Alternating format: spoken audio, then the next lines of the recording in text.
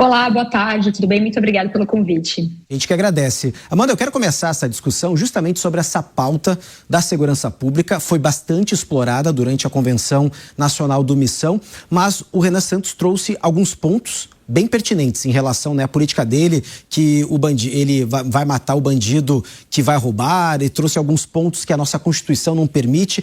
Esses detalhes em relação à política de segurança pública, com uma linha um pouco mais dura, com uma influência também, do presidente El Salvador Bukele, tudo isso está no plano de governo, e de que forma vocês vão conseguir implementar isso, se não está, ou pelo menos não é permitido na nossa Constituição?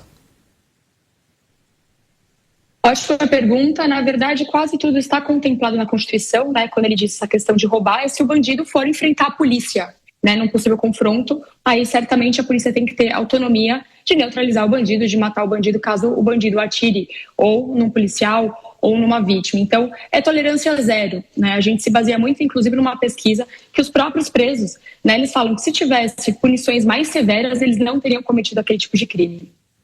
Perfeito, Amanda. O nosso comentarista aqui, o Mário Vitor Rodrigues, tem uma questão para a senhora. Tudo bem? Boa tarde. Boa tarde, eu fiquei prestando atenção na sua resposta, é porque, assim, eu entendo obviamente a sua posição, mas não foi o que o candidato falou, Ele falou literalmente que quem roubar será morto, assim, vão matar quem roubar.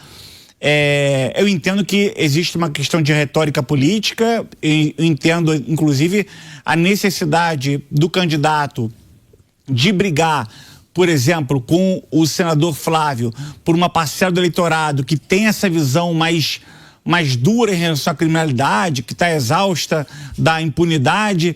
Mas a pergunta, vou ter que refazer aqui, reforçar um pouco aqui o questionamento do Cássio, como é que vocês vão enfrentar nesse caso e em outros futuros casos, quando alguém questionar a impossibilidade prática de colocar um plano em campo, um plano de governo, enfim, uma nova política? Só corrigir um pouquinho, na verdade não é para contrapor ou para concordar com a campanha do Flávio, É para contrapor o crime organizado que tomou conta do nosso país. A gente sabe que muitas pessoas são reféns do crime organizado de uma maneira até territorial. Então a resposta do nosso plano de governo, ela tem que ser uma resposta muito dura com o crime organizado. O narco-estado está tomando o lugar do Estado democrático de direito. Então, se a gente não tiver firmeza e ações duras, inclusive dando autoridade para a polícia, que muitas vezes é tirada essa autoridade da polícia, ou dando esse respaldo jurídico e legal para a polícia conseguir agir. Então, é muito sobre isso. Não é necessariamente vai matar alguém porque está roubando, mas se a pessoa reagir, que o policial tenha a total liberdade de sim reagir com o respaldo do presidente da República. Vereadora, o Alan Gani também tem um questionamento para a senhora. Boa tarde, vereadora. É muito difícil, acabar com a impunidade aqui no Brasil. Uns dizem que não há um arcabouço legal, o juiz simplesmente aplica a lei que está lá, por isso que tem impunidade.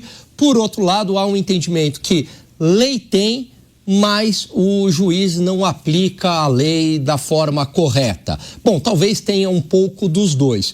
E aí, como conseguir operacionalizar isso, dado que esse tipo de reforma passa pelo Congresso Nacional, de leis mais duras, e nem sempre é fácil convencer o Congresso Nacional em relação a isso? E o segundo ponto, mesmo que haja a lei, como convencer os juízes com a aplicação da lei? O programa de governo de vocês prevê esse tipo de solução?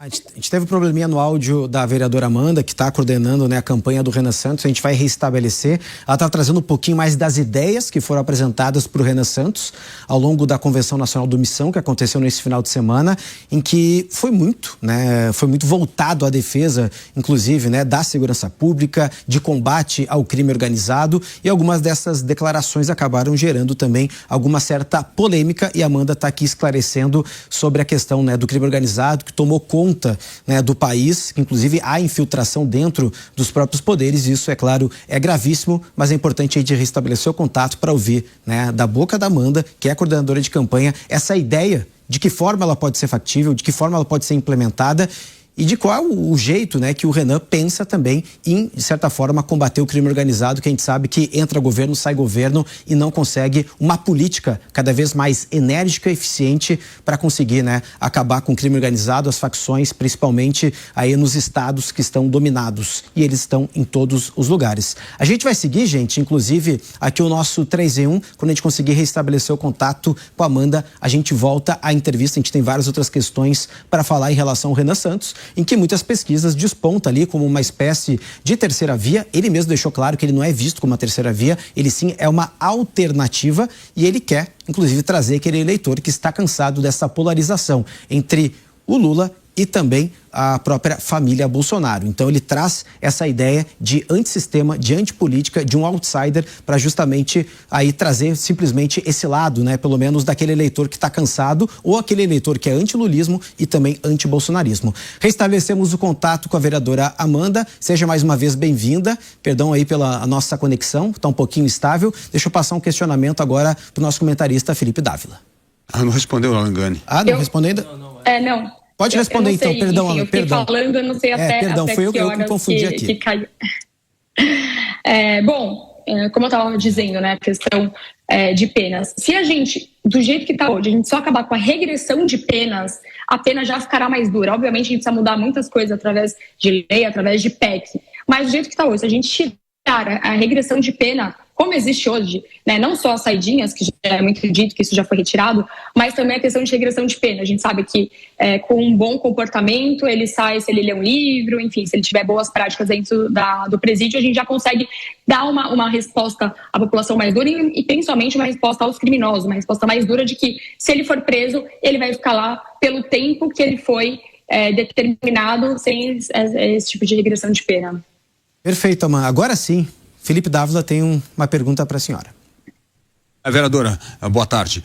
Qual é a principal proposta do Renan Santos para enfrentar o crime organizado? Porque nós entendemos que enfrentar o crime organizado precisa de uma série de coisas: inteligência, integração, penas mais duras, separação de facciosos dos presídios.